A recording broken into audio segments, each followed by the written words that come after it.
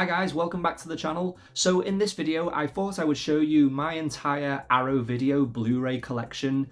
I know this is something that a lot of you have been asking to see, and I thought now was probably the best time for me to do it. Arrow Video are one of my all-time favourite labels. I've been collecting their stuff for a long time now, and I have amassed a fairly sizable collection of Arrow Video titles. This will be part one of a two-part video, mainly because there are just so many titles to get through, and I think it would be too much of an ask for me to get through all of them in one video, and it'd be probably too much of an ask for you to all sit there and watch one video, so that is the reason why I'm going to split it in two. I'm not going to go into too much detail about each release, just because, like I said, there is a lot to get through and I don't want to sort of slow the pace down on the video, but I'll just give you my quick fire thoughts on each one that I show. So first up, I've just got a couple of Arrow DVDs. I think these are from 2010, so quite a few years ago now. But the first one I've got here is a movie called The Stendhal Syndrome. This is a Dario Argento movie from the 90s, and I think this is really underrated. I would even say it's probably one of his best movies.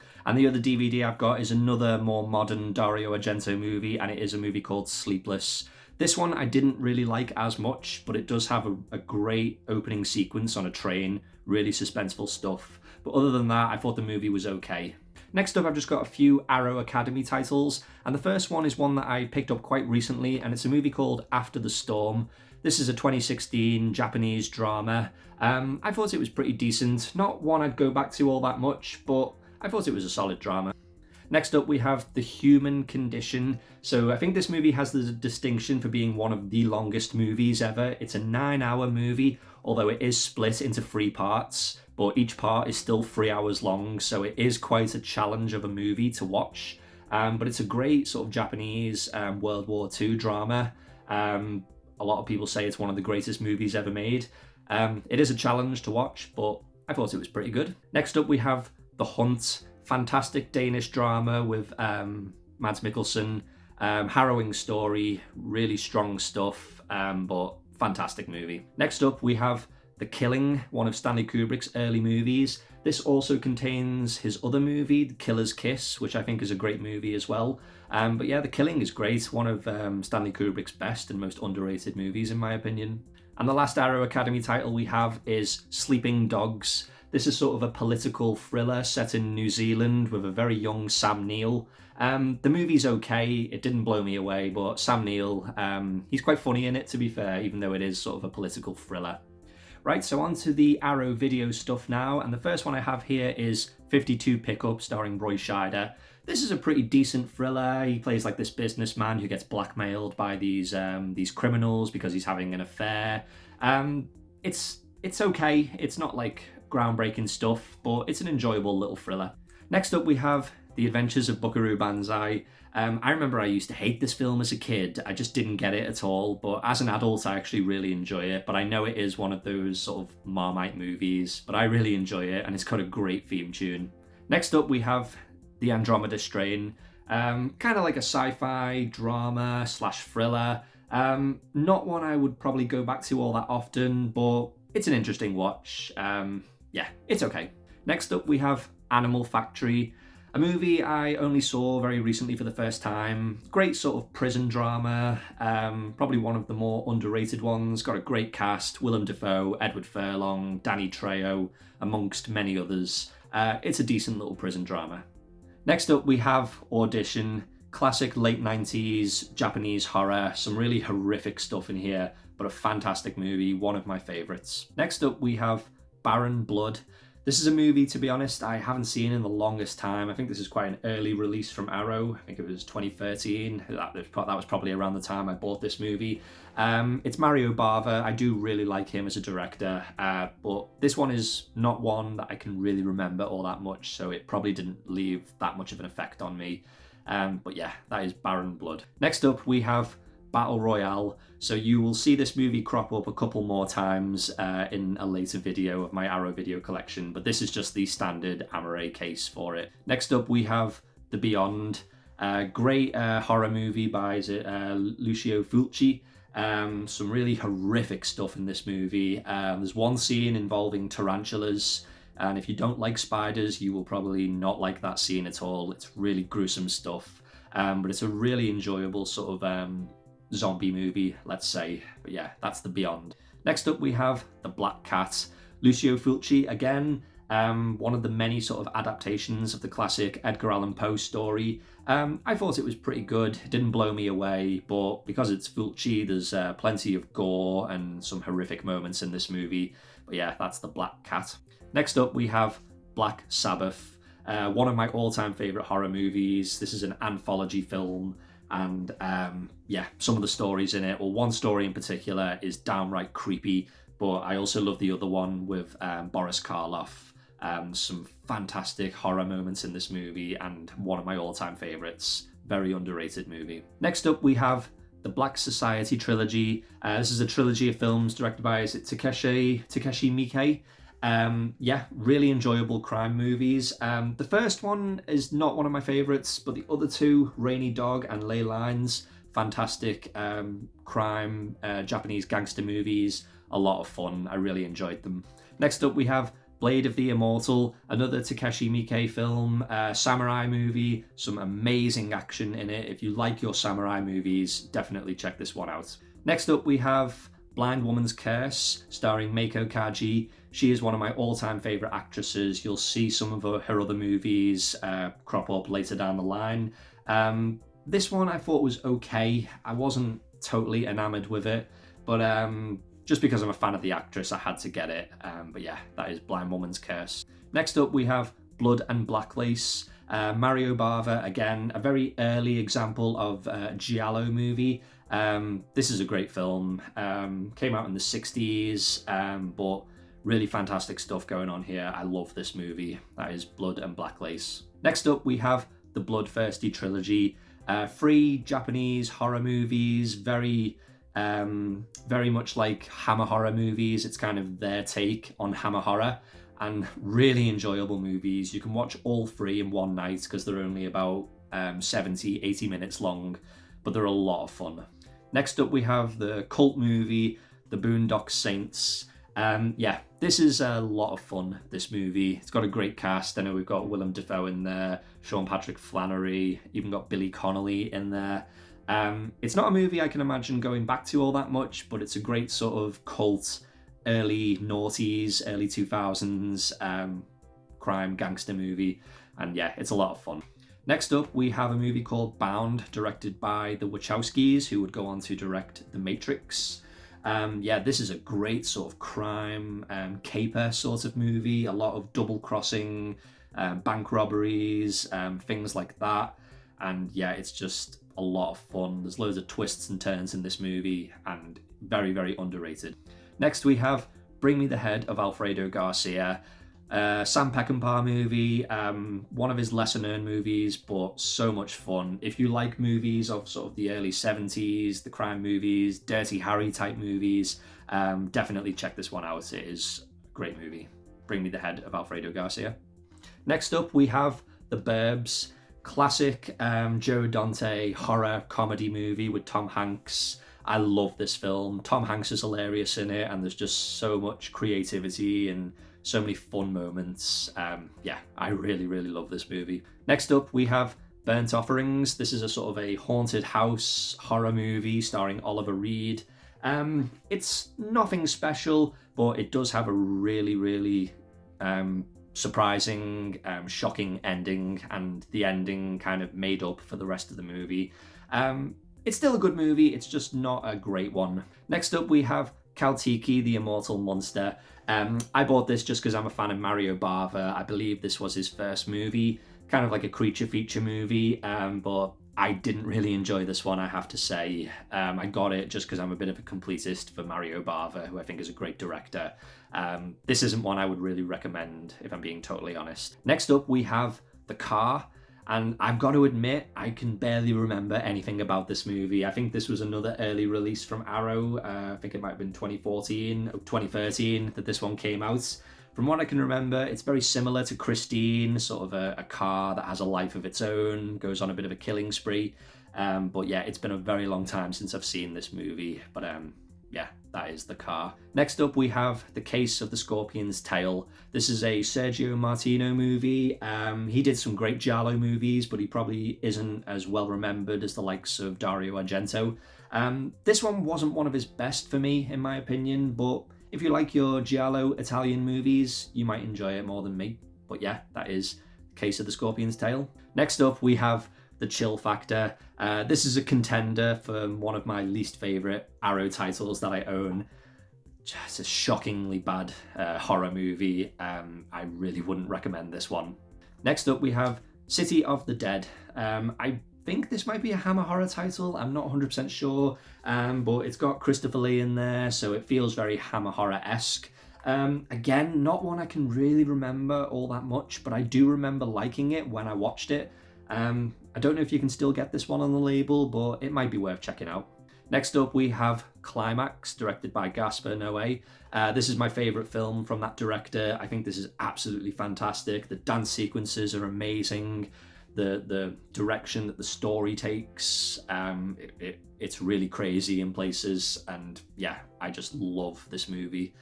One of my favourites from the last 10 years. Next up, we have Coffee, starring Pam Grier.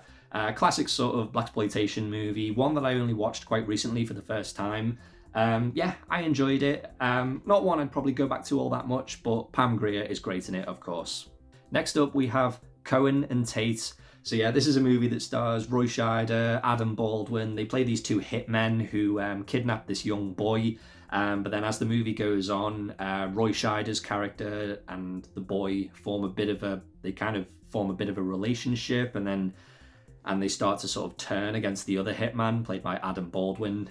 It's a very fun movie. I think it has the distinction for being one of the lowest grossing movies of all time. It completely bombed when it came out, so it has that classic cult-like status. But no, I really enjoy it. It's not one I'd go back to all that much, but it is still very enjoyable. Next up, we have Cops vs. Thugs. This is a movie directed by Kinji Fukasaku, who is best known for doing the likes of Battle Royale. But he probably made a name for himself directing movies like this in the 70s, sort of classic cops, yakuza, gangster thrillers from Japan. This one is pretty good. A lot of them feel very similar to me, but I do remember enjoying this one. Yeah, that is Cops vs. Thugs. Next up, we have The Comedy of Terrors. Great sort of horror comedy starring Vincent Price, Peter Lorre, and I believe it's Boris Karloff as well. Yeah, this is another older release from Arrow, so my memory of it is a little bit hazy, but I do like Vincent Price movies, and yeah, they're always a good time. So yeah, that is The Comedy of Terrors. Next up, we have Contamination. Yeah, this is a very schlocky, badly made Italian horror movie that is basically an Alien ripoff. I don't remember it being all that great, but it has this kind of cheap, schlocky kind of charm to it. So if you like B movies, you'll probably get a kick out of this one. But yeah, that is Contamination. Next up, we have Dark Blue, starring Kurt Russell. Great sort of crime cop thriller set in Los Angeles. I really enjoy this movie. I think it's very, very underrated, and is one that I would definitely recommend people to pick up. But yeah, that is Dark Blue. Next up, we have Dark Water. This is my favorite Japanese horror of the sort of the Japanese horror revival in the late 90s. Very similar to the likes of The Ring, but this one is my absolute favorite.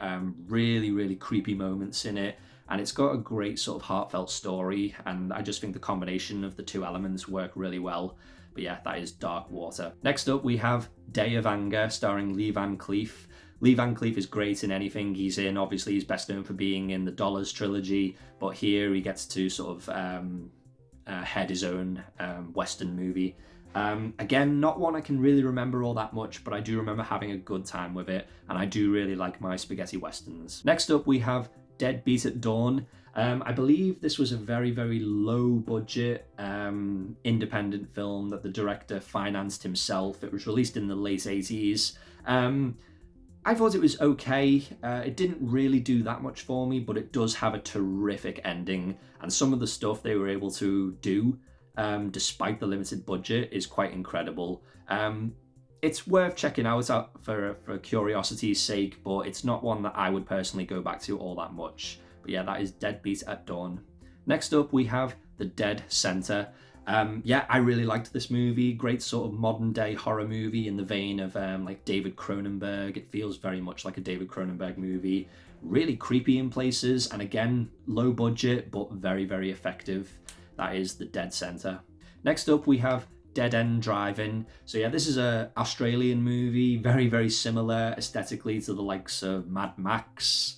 It's kind of like a post-apocalyptic movie where all criminals and stuff are put into this drive-in, which basically acts as kind of like a concentration camp.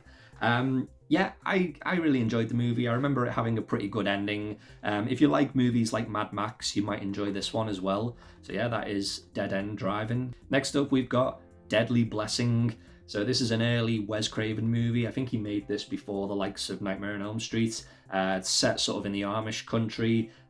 Great moments in it, great creepy atmosphere, creepy story. Again, if you don't like spiders, there's one scene in this movie that will just make you cringe. It's pretty horrific.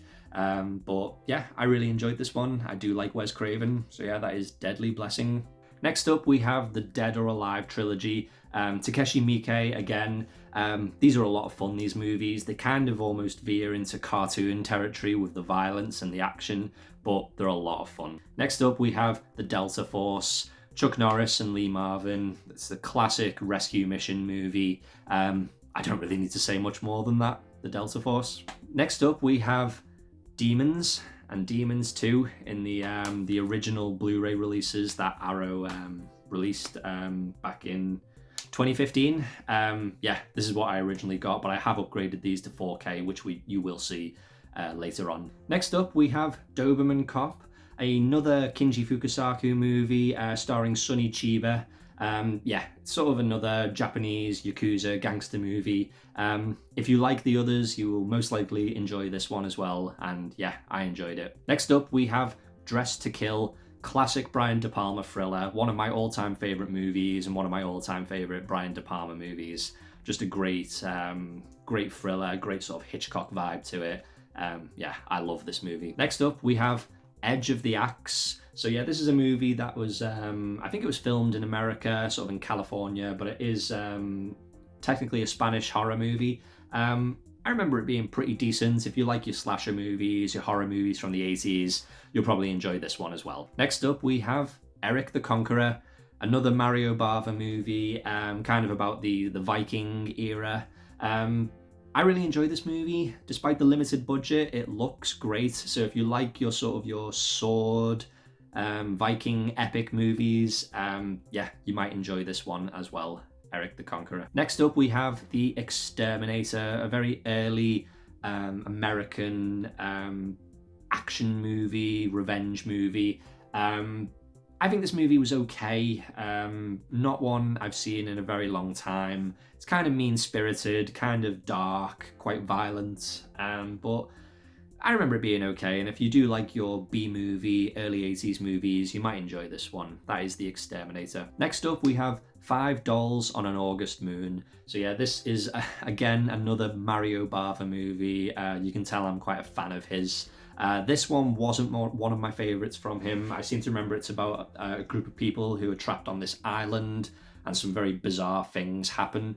Other than that, I can't really remember it. It's not one of my favorite Mario Bava movies, but yeah, Five Dolls on an August Moon. Next up, we have Flowers in the Attic. So yeah, this is a 80s horror movie about these two kids who are sent to live with their grandmother, and they're constantly kept in this attic in the house, and they have to try and find a way to escape.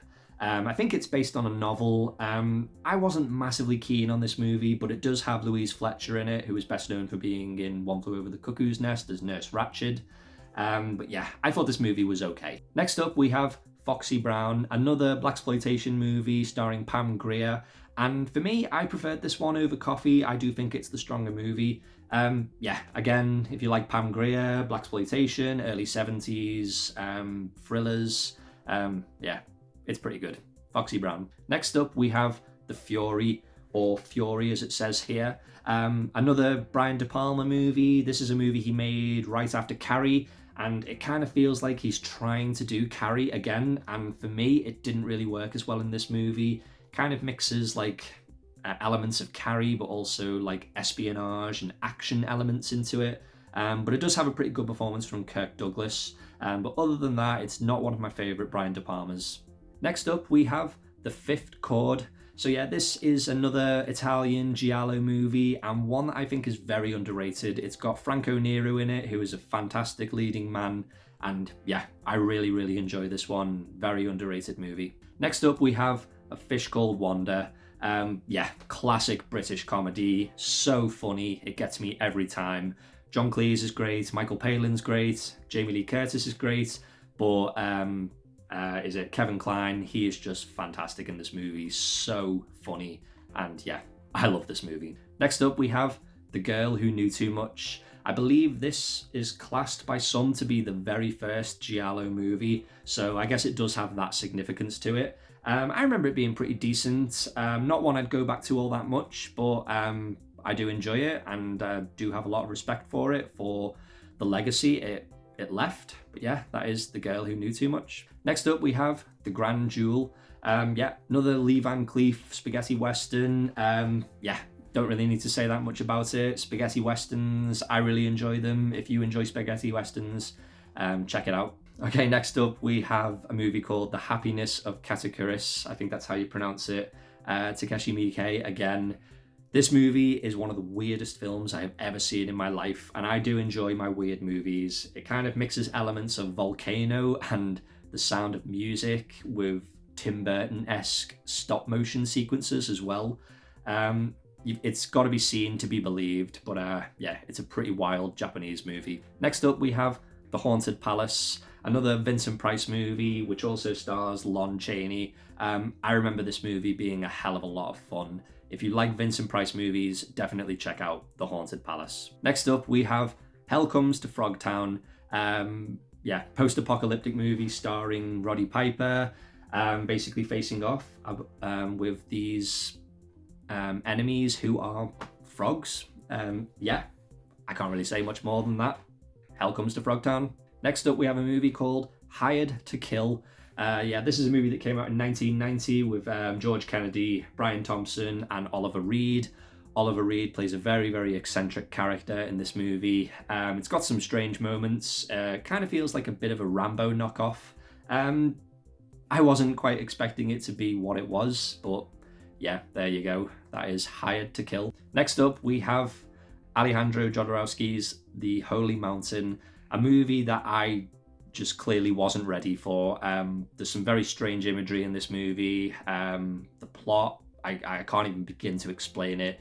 Very, very experimental filmmaking here, and I do like my sort of more offbeat movies, but this one probably was a step too much for me. But anyway, that is The Holy Mountain. Next up, we have Horror Express. Yeah, Christopher Lee, Peter Cushing, Telly Savalas on this train where this creature gets unleashed. Very, very similar to the likes of movies like The Thing.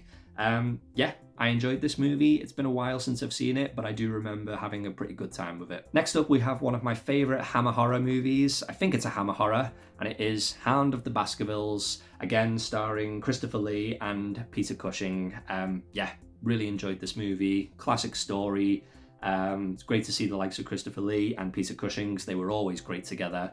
But yeah, that is Hound of the Baskervilles. Next up, we have Hounds of Love. This is a great sort of Australian thriller horror movie about this girl that gets abducted by this couple. Quite a hard watch in places, but I really, really enjoyed it nonetheless. Next up, we have House by the Cemetery, another Lucio Fulci movie. Not one of my personal favourites, but it does have some pretty good moments in it. But yeah, that is House by the Cemetery. Next up, we have my all-time favourite Dario Argento movie, and it is Inferno. So yeah, this is kind of like a sequel to Suspiria. It's basically the same movie, but just it takes place in New York instead. It seems to get compared unfavourably to Suspiria, but I personally like it a lot more. But yeah, that is Inferno. Next up, we have The Incredible Melting Man, Quite possibly the biggest surprise of a movie I've ever seen. I watched this expecting it to be awful, and yet there are certainly moments in it that are very silly, and some of the dialogue is horrendous, but I really, really enjoyed this movie. Yeah, was not expecting it to be as good as it was. But yeah, that's The Incredible Melting Man. Next up, we have The Initiation. So yeah, this is a 1980s slasher movie, as far as I can remember, about these sorority girls who take part in this pledge where they have to break into a shopping mall in the middle of the night, and then they find themselves being stalked by this killer. I'm pretty sure that was how it was. It's been a while since I've seen it, but I remember it being a pretty decent horror movie, but nothing spectacular. But yeah, it was pretty decent. The Initiation. Next up, we have Kill Baby Kill. Once again, another Mario Bava movie. This one is very creepy. I don't know what it is about creepy children, but when you have like ghost children making sort of creepy haunting noises and calling out for help, children are always just very, very creepy in horror movies. So if you're creeped out by little children, you'll probably be creeped out by this movie. But yeah, that is Kill Baby Kill. Next up, we have Killer Clowns from Outer Space. The movie's bad, but it is so much fun and hilarious in places, and I do have a good time with it. But yeah, Killer Clowns from Outer Space. Next up, we have the Lady Snowblood collection. This is Lady Snowblood 1 and 2, a movie that I believe influenced Kill Bill. I really enjoy these movies. Meiko Kaji, again, she's just a fantastic actress. I absolutely love her, and she's great in these movies. Yeah, Lady Snowblood. Next up, we have The Last American Virgin. So yeah, anyone who watches the streams that I do weekly with Pete, Playtendo Guy, and Andy from Forgotten World of Movies, you will most likely have heard us talk about this movie. Classic sort of 1980s, early 1980s high school comedy movie. Kind of a bit like Porky's, certainly at first, but then it takes a bit of a turn towards the latter half of the movie, and it gets a bit more serious. The movie does have its problems, I'm not going to lie, but yeah, I still really enjoy it nonetheless. It's a lot of fun. That is The Last American Virgin. Next up, we have Life Force by Tobe Hooper. This wasn't one of my favourites, I've got to admit. It probably needs a rewatch because it's been quite a while since I've seen it. I remember it has Patrick Stewart in it, at least for a few scenes towards the end. But yeah, other than that, I don't really remember much about it. But yeah, I'll have to give it another rewatch because I know a lot of people do really enjoy this movie. Next up, we have Madman, another 1980s slasher movie. One that I remember enjoying a fair bit, and I remember it has a pretty dark ending. I won't say much more than that, don't want to spoil it for anyone who hasn't seen it. But yeah, if you like your 80s slashers, give it a try, Madman. Next up, we have Matinee, another great Joe Dante movie. Very creative director, there's all sorts of great stuff going on here. John Goodman is always great in everything he's in. And yeah, the movie's a lot of fun. Next up, we have Miracle Mile, a great sort of cult movie from the 80s about this couple who find out that the world is going to end and they try to do everything they can to escape from it. It takes place in real time, so it's got this real tense pace to it. But yeah, it's a really, really enjoyable 80s cult movie. Next up, we have a set of movies, again directed by Kinji Fukasaku, and it's the new Battle Without Honors and Humanity trilogy. Yeah, these movies are a sequel, kind of like a sequel to another set of movies that I will show in part 2 of this video. Yeah, more sort of Japanese Yakuza gangster movies. I'm a big fan of them and I really enjoyed these movies. Next up, we have Clive Barker's Nightbreed.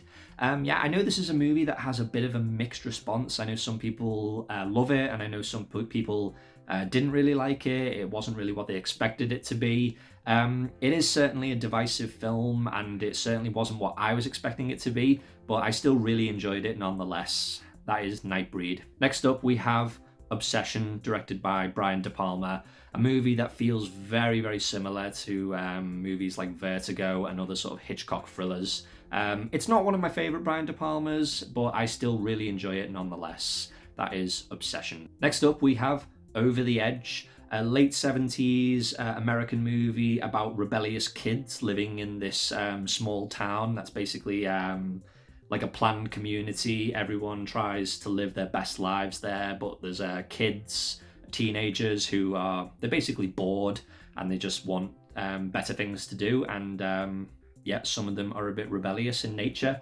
I really enjoyed this movie and would definitely recommend checking it out.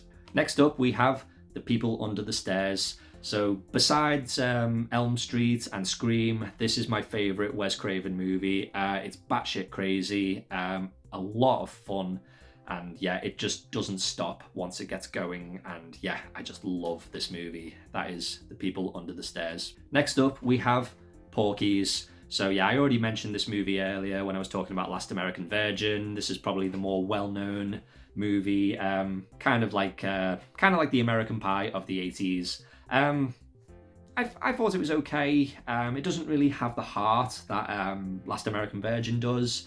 It's more about the crude humor in this one, but it's a fairly fun movie. Next up, we have The Possessed. This was kind of like a giallo movie, but I think it's kind of classed as like a neo-giallo movie. Came out in the late 60s, I think. I remember it being okay, but not one I would probably go back to all that much. But that is The Possessed. Next up, we have Psycho 2, a movie that does not deserve to be as good as it is, but yeah, it is. I love this movie. Fantastic sequel. Tries to do something completely different. It doesn't try to copy the original Psycho. And yeah, there's some real great moments in it, some great twists in it, and yeah, a fantastic sequel. Next up, we have Pulse, another great, creepy Japanese horror movie.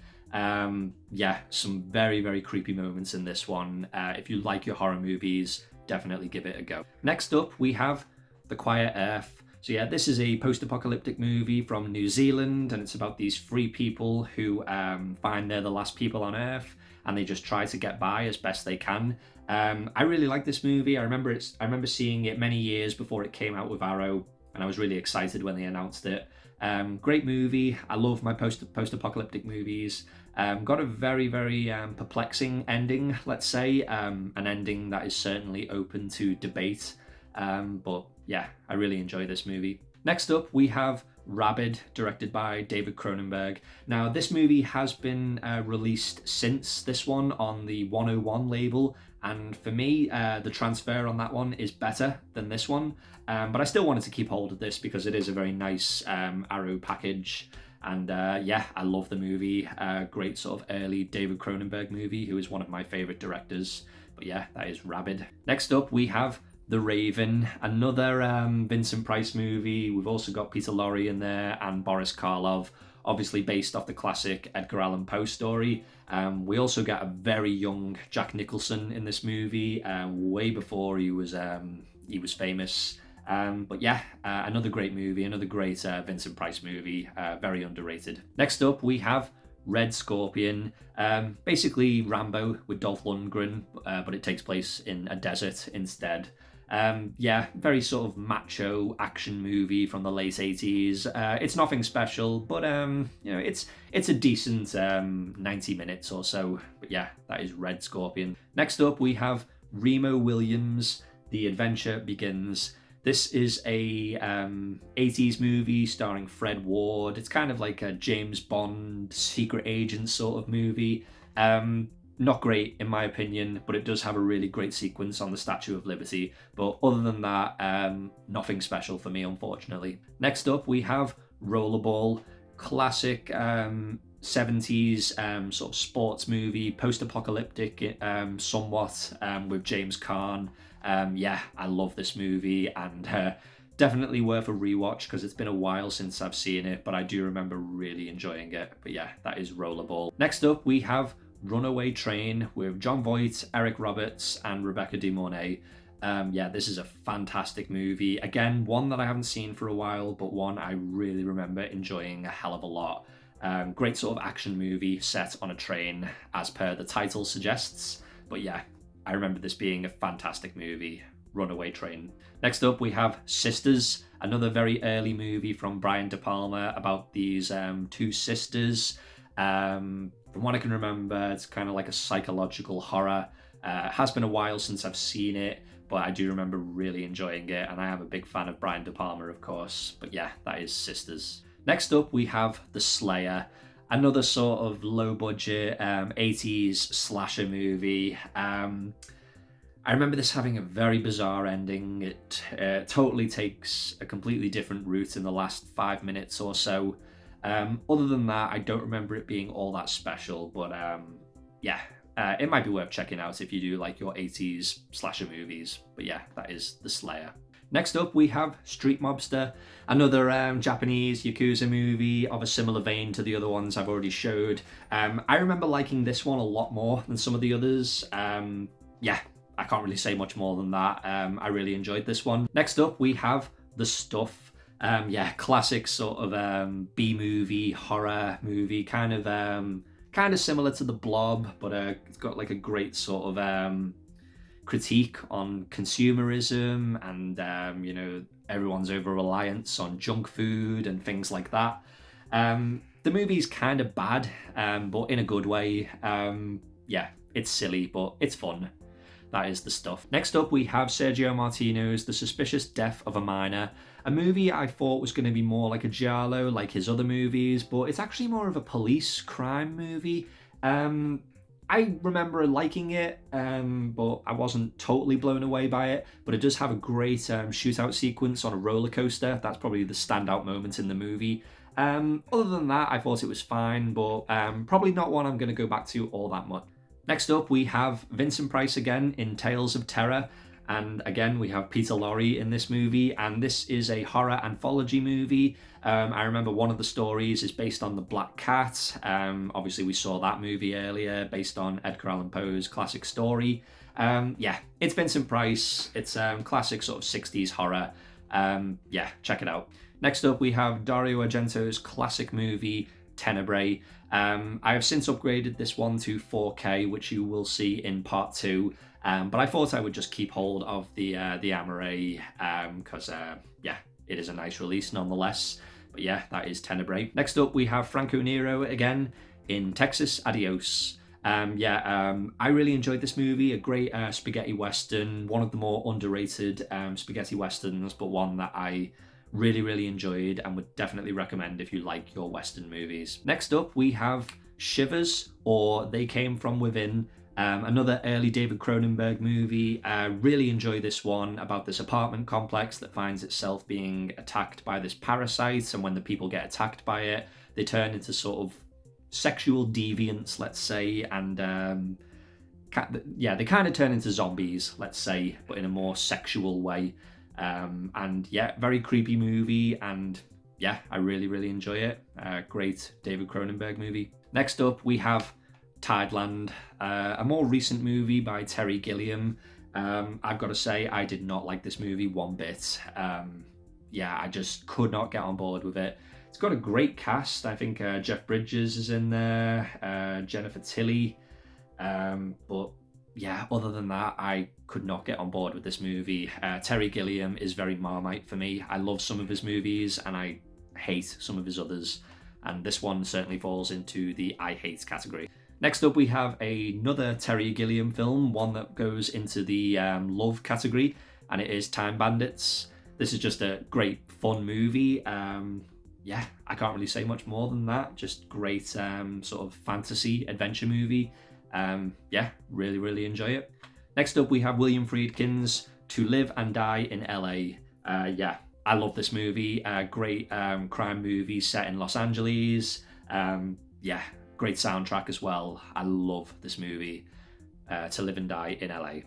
Next up, we have Tomb of Ligeia, another Vincent Price movie, and one that is probably one of my least favourites from him. I just remember it being quite slow and kind of lacking in any sort of horror elements. Yeah, probably not one I'm ever going to go back to, but yeah, that is Tomb of Ligeia. Vincent Price again, and The Tower of London. Price plays a great sort of villainous character in this movie. Again, it's probably one I'm not going to go back to all that much, but I did have a good time with it when I watched it. And yeah, Vincent Price, he's great in anything.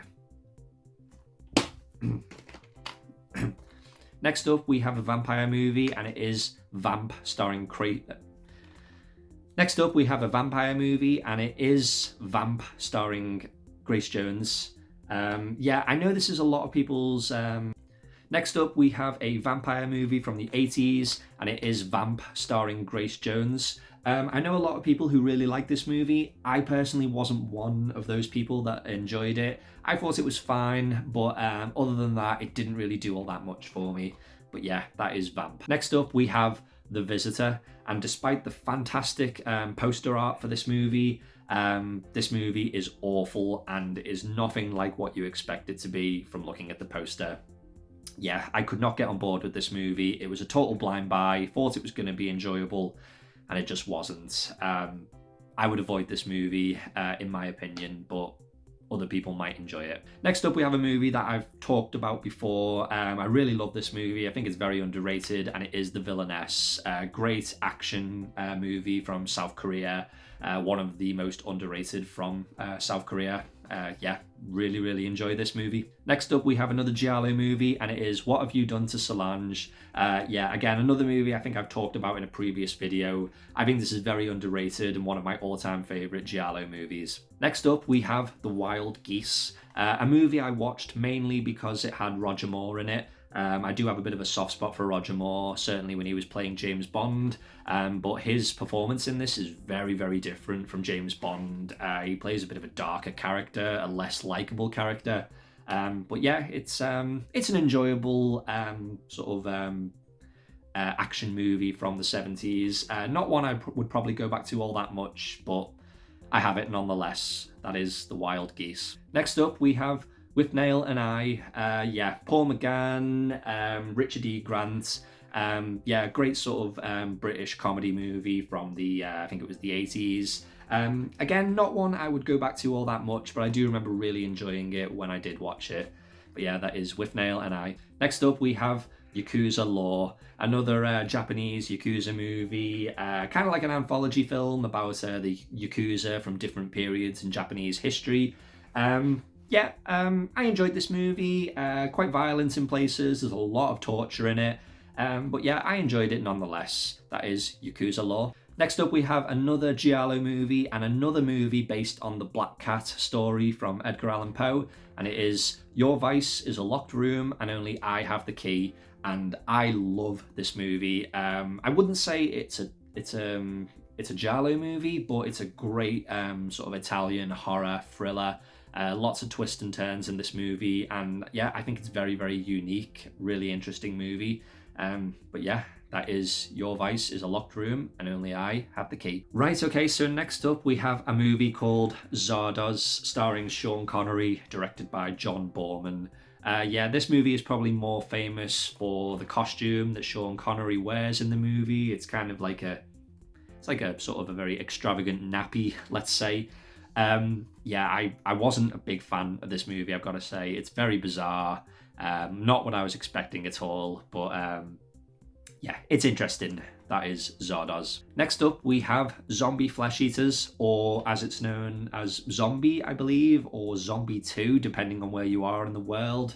This is a great zombie movie. Again, I think it's Lucio Fulci.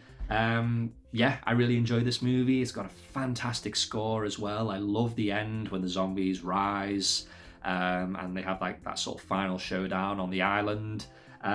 It's a great classic cult movie involving zombies, but yeah, that is Zombie Flesh Eaters. Next movie we have here is A Bay of Blood, another Mario Bava movie, kind of veers into slasher territory. I think it was very influential in the slasher genre. Certainly one of the kills in this movie is very reminiscent of a kill that we would see later on in Friday the 13th, Part 2, involving two people in a bed. I think this movie's okay. Not one of my favourite Mario Bavas, but it's an interesting watch. Next up, we have another sort of old Blu-ray, and it is The Beast Within. I remember enjoying this movie, but like I say, it's been a very long time since I've seen this movie. I always seem to think it was a werewolf movie, but I don't think it quite is, but it has that sort of, it has that vibe to it a little bit. But yeah, that is The Beast Within. Next up, we have Black Sunday. Again, another Mario Bava movie starring Barbara Steele, and it's kind of this black and white movie about witchcraft. Yeah, great horror movie. Not one of my all-time favorites, but I do remember really enjoying it when I watched it. But yeah, that is Black Sunday. Lucio Fulci again, and City of the Living Dead. Yes, this is a real gruesome horror movie involving zombies. Yeah, there's some really horrific moments in this one. But if you like your zombie movies, definitely check it out. And it also has a fantastic score. Next up, we have Django, Prepare a Coffin. So yeah, I think this is sort of like a Django knockoff. I don't know if it's like an official sequel to Django. But yeah, I remember it being pretty good. Yeah, it's a spaghetti western. I'll watch any spaghetti westerns. They're all pretty similar to each other, but they're all a lot of fun nonetheless. But yeah, that is Django, Prepare a Coffin. Next up, we have Nightmare City. Yeah, a movie that is very well known for its infamous ending. I actually quite like the end of this movie. I think it's kind of ballsy, bit of a cop-out, yeah, but I still enjoy it. The movie is kind of bad, but again, bad in a good way. There is fun to be had with this movie. But yeah, that is Nightmare City. Next up, we have Rabid Dogs. Again, another movie directed by Mario Bava, but this one is one of my all-time favorites from Bava. It's about these criminals who are on the run, and they take these people in a car hostage, and they force them to drive them away, and they just carry on keeping them hostage as they go on this road trip. There's some real grim moments in this movie. It is quite violent, but I really, really enjoy it, and it's very, very underrated. But yeah, that is Rabid Dogs. Next up, we have another contender for the worst movie in my Arrow video collection, and it is Satan's Blade. Yeah, very, very low budget slasher movie in the vein of Friday the 13th, but it is anything but like that movie. This movie is awful. Do not waste your time with it. Next up, we have in this sort of classic Arrow video cover, The Funhouse. Yeah, another Tobe Hooper movie that he released in the early 80s, I believe, about this family that live deep below this funhouse. It's kind of like Texas Chainsaw Massacre. A movie that really surprised me. I really enjoyed this one, and I wasn't expecting much from it. But no, I really enjoyed this movie. That is The Funhouse. Next up, we have a movie that I have upgraded to 4K, which you will see in part 2 of this video. But this was the release where I originally saw it, and it is King of New York, starring Christopher Walken. Very underrated crime movie from the early 90s. Fantastic story. Fantastic pace. It moves like a bullet. There's some great moments in it. The cast is great. If you like your 90s crime movies, definitely check out King of New York. Next up, we have a movie by George A. Romero called Night Riders. Yeah, this is a weird movie. It's basically about this gang of people who ride around the country on motorbikes, and they take part in these jousting competitions, but instead of using horses, they use their motorbikes. Very long movie. I wasn't expecting it to be as long as it was when I saw it back when I bought it, but I was really surprised by it. I really enjoyed this movie. Very bizarre concept, but really enjoyable nonetheless. Night Riders. And once again, another Mario Bava movie, and it is Lisa and the Devil. So yeah, this is a horror movie starring Telly Savalas. I believe it has 2 different cuts of the movie, 2 very, very different cuts, like an Italian cut and an American cut that completely changes the film. I really enjoy this movie. It's bizarre. It's kind of like a haunted house movie, but it's got different psychological elements to it, and it has a fantastic ending. I love the end of this movie. It's a strange movie, but I really, really enjoyed it. That is Lisa and the Devil. We've got an Arrow Academy title, and this is a 4K release, and it is Cinema Paradiso. So yeah, this is an Italian movie about this young boy who lives in this small Italian village, and he just has a love for cinema. And yeah, it's a great movie. I'm sure a lot of you watching, including myself, can relate to this movie. But yeah, it's just a great movie. And the 4K transfer from Arrow looks absolutely stunning, and packaging with the slipcover looks great. Next up, we have another Arrow Academy title, a bit of an older release from Arrow, but it is My Darling Clementine. Clementine. So yeah, this is a very, very old movie, kind of about Wyatt Earp and Doc Holliday in the old American West. I think this came out in the 1940s. John Ford.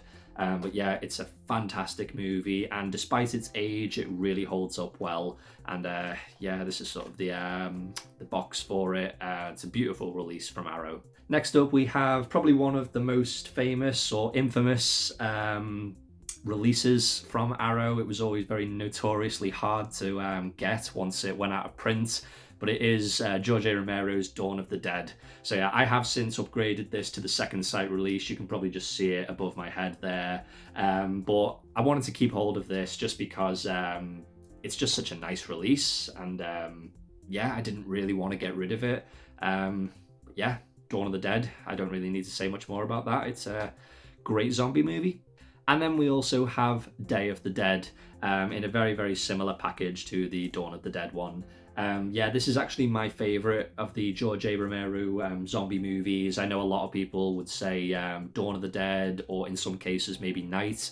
But for me, it's Day of the Dead. I love this movie, and yeah, it's a great release from Arrow.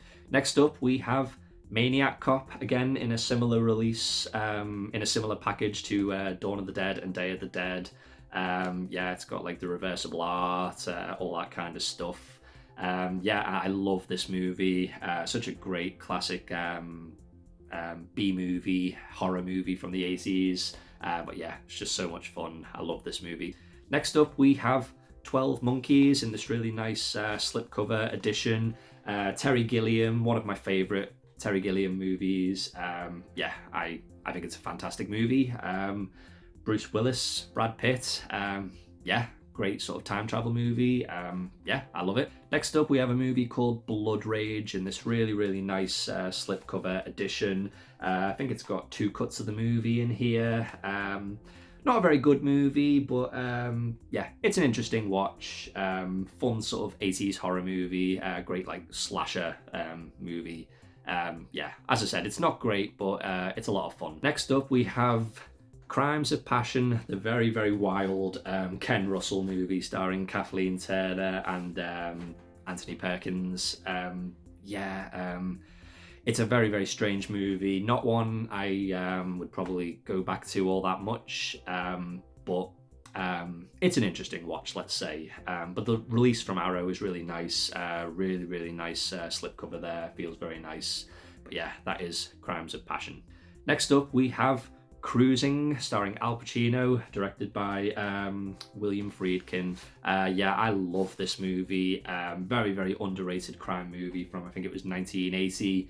Yeah, it was quite controversial when it was first released, but yeah, I love this movie. Great sort of New York crime movie, and Al Pacino is great in it. Next up, we have a movie called Dinner in America. This is a very, very recent movie. I think it came out in 2020 or 2021. I loved this film. One of the best movies I've seen in the last few years. Just a lot of fun. Great sort of offbeat comedy with a bit of romance in there. Great sort of punk rock soundtrack. Yeah, I really, really enjoyed this movie and would definitely recommend it to anyone who has not seen it. Next up, we have Don't Go in the House in this really cool sort of retro slipcover from Arrow, reminiscent of like a very, very old VHS cover. The movie, I really liked it. I was really surprised by it. It's kind of like Psycho in a way, but I did not expect it to be as good as it was. Really, really enjoyed it. Great 80s horror movie. Next up, we have a Lucio Fulci film, and it is Don't Torture a Duckling.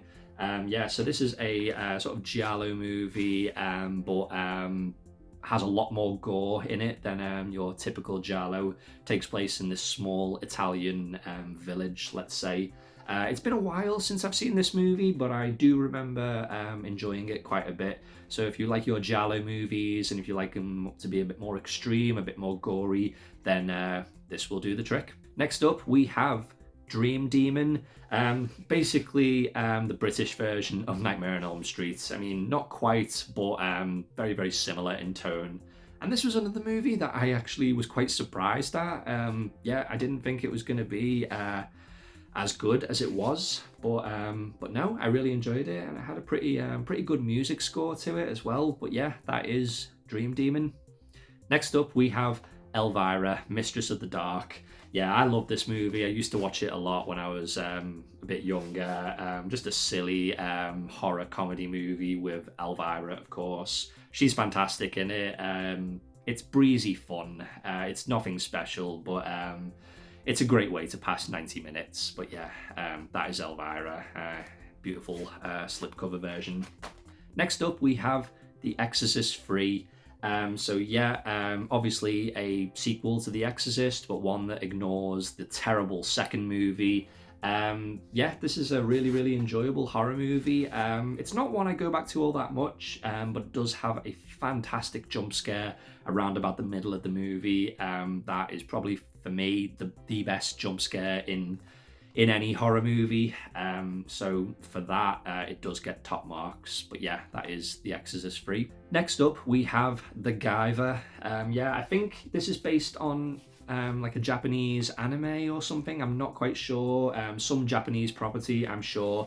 It's a pretty good movie. It's got Mark Hamill in there. It's kind of reminds me a bit of Power Rangers in a way, but a bit more extreme.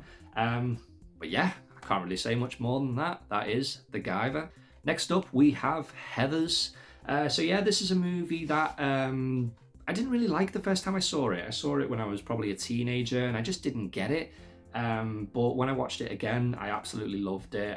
Christian Slater, Winona Ryder, they're great together in this movie. And yeah, it's just a great sort of dark high school comedy movie. That is Heathers. Next up, we have JSA, or Joint Security Area.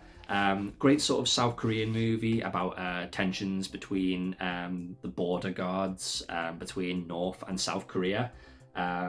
It's a fantastic sort of political thriller. Really enjoyed this one. Just another testament to how good South Korean cinema can be. But yeah, that is JSA. Next up, we have the 4K of The King of New York. I did have the previous Blu-ray from Arrow for this movie, but I knew I wanted to get it on 4K because it's just a movie that I love so much. A great 90s gangster movie. If you haven't seen it, definitely check it out. And the 4K transfer looks absolutely beautiful from Arrow. Next up, we have The Mutilator. Another sort of 80s slasher movie, one of the more forgotten 80s slasher movies. I think it's sometimes known as Fall Break, depending on where you're watching it in the world. I remember this movie was okay, but it's your typical slasher movies type of thing. A bunch of teenagers go out for like a weekend away, and they find themselves being stalked by this killer. It's nothing special, but if you like your 80s slasher movies, you might want to give it a go. But yeah, that is The Mutilator. Next up, we have the One Missed Call trilogy. This is a trilogy of Japanese horror movies from like the early noughties, the early 2000s. The second and third movie are not that great, but the first one is actually pretty good. There's some really creepy moments in it. There's one sequence in particular at the end where the protagonist has to go into this abandoned hospital, and she finds herself being stalked by this presence, and it is really creepy stuff, I've got to say. And just another testament to how creepy Japanese horror movies can be. I wouldn't recommend the second or the third one, but the first movie is definitely worth watching if you like your horror movies. Next up, we have a movie called The Prey. Another sort of slasher movie, 80s slasher movie, kind of a bit like Friday the 13th. It's nothing special, but it does have quite a creepy ending, very dark ending, let's say. This version's got a very nice slipcover, and you actually get two cuts of the movie. Because I know one of the cuts of the movie is quite controversial because it includes quite an abundance of nature shots that I think the director shot in order to pad out the movie because it was so short. But you have the choice in this version of watching it without the nature shots. But yeah, it's nothing special, but it's a decent little slasher. That is The Prey. Next up, we have Raising Cain, a movie by Brian De Palma that was released in the early 90s, and it was seen as more of a return to his his thriller genre that he had kind of not done for about 10 years or so. This is a movie I don't really like all that much. It's one of my least favorite Brian De Palma movies, but this release is quite cool because you get two cuts of the movie. The new cut is it's like a cut that it's a fan made cut that a fan actually did himself, and then Brian De Palma found out about it and decided to get it put on this release and other releases around the world. So yeah, that's quite interesting. Still, it's not one of my favorite Brian De Palma movies, but yeah, it's an interesting one, and it's a very nice release from Arrow. Next up, we have Wreck. So yeah, this is the very well-known Spanish found footage horror movie. Probably my favorite found footage movie. I'm not the biggest fan of that genre, but in this one, I think it works really well, and it's very, very effective, and yeah, very, very creepy in places. But yeah, it's a very nice release from Arrow, and again, you get two cuts of the movie, and very nice slipcover there. So yeah, that is Wreck. Next up, we have the classic 90s action crime movie with Robert De Niro, and that is Ronin. Yeah, this is a fantastic movie, amazing car chases, amazing action sequences, and yeah, it's just a great release from Arrow. I love that slipcover, and yeah, it's a fantastic movie. If you like 90s crime action movies, definitely check out Ronin. Next up, we have a movie by Mario Bava, and it is a movie called Schlock. And yeah, this was a fantastic movie, very, very creepy horror movie. I think it was his last film, and yeah, it's got some great moments in it. I think it's got Daria Nicolodi, who was married to Dario Argento and starred in many of his films. She puts in an amazing performance in this movie, and yeah, it's just a very, very creepy movie in places. Great jump scare in it that has become very well known. But yeah, if you like your horror movies, definitely check out Schlock. Next up, we have a movie called The Snake Girl and the Silver-Haired Witch. Yeah, this was a Japanese horror movie from the 60s, I believe. I wasn't that keen on it, to be honest. I gave it a go, but it's not one that I'm probably likely to go back to all that much.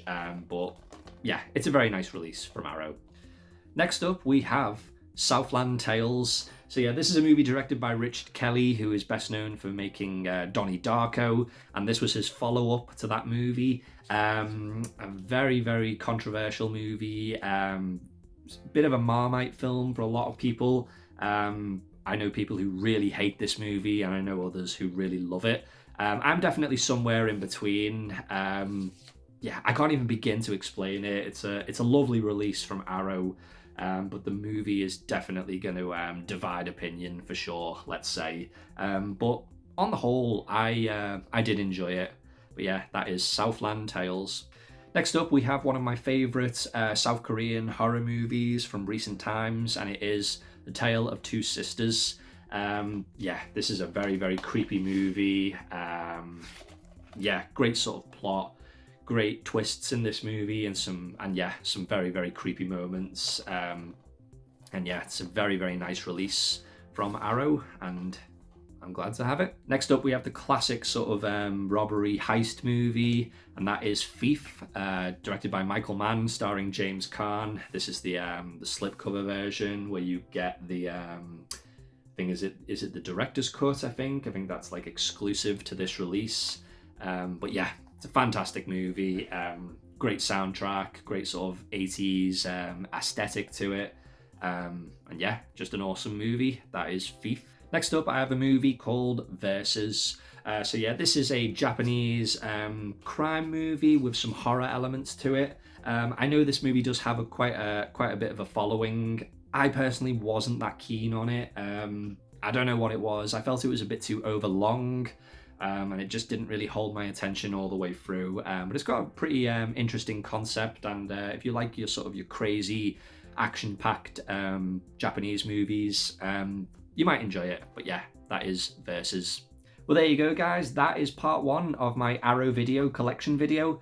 Really hope you've enjoyed this video, guys. Let me know in the comments your thoughts about it. I would love to hear what you have to say. Let me know some of your favorite Arrow movie titles. Were there any movies that weren't in my video that you think I should own from Arrow? Yeah, just let me know in the comments.